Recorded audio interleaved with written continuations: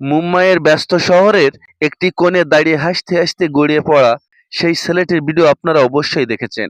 নিজের একচিলতে হাসি দিয়ে কোটি ভক্তের হৃদয় জয় করে নেওয়া এই তরুণের নাম অরুণ কুমার। মুম্বাইয়ের একটি হতদরিদ্র পরিবারে জন্মগ্রহণ করা অরুণের জীবনটা ছিল সংগ্রামের।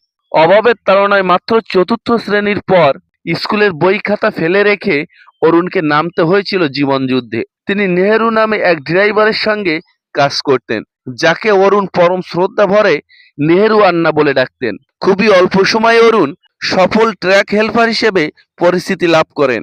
একদিন ট্র্যাকের সমস্ত কাজ শেষ করার পর নেহেরু অরুণকে এক কাপ চা খেতে দেন এবং সাথে একটি অত্যন্ত মজার জোকস শোনান।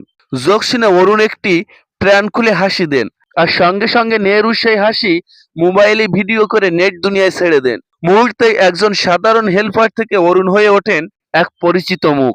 তার এই ভাইরাল হাসি শুধুমাত্র লাইক কমেন্টে সীমাবদ্ধ ছিল না, নজর কেড়েছিল ভারতের রাজ্য সরকারের হস্তক্ষেপে অরুণের জীবনের মোড় ঘুরে যায়। ফিরে যান পুনরায় সেই স্কুলের বারান্দায়, যেটা সে ছেড়ে এসেছিল শৈশবে। তিনি এখন নিয়মিত পড়াশোনা করছেন। অরুণের স্বপ্ন এখন গ্রাজুয়েশন কমপ্লিট করে সম্মানজনক কর্মজীবনে ফিরে যাওয়া।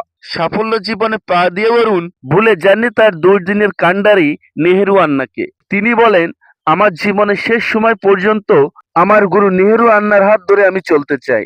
ট্র্যাকের ধূলিকণা মাখা জীবন পিছনে ফেলে অরুণের এই সাফল্য জীবনে ফেরা যেন এক রূপকথার গল্প। প্রিয় দর্শক, অবিশ্বাস হলেও সত্য, একটি হাসিই বদলে দিতে পারে একটি জীবনের গল্প। ভালো থাকবেন, ধন্যবাদ।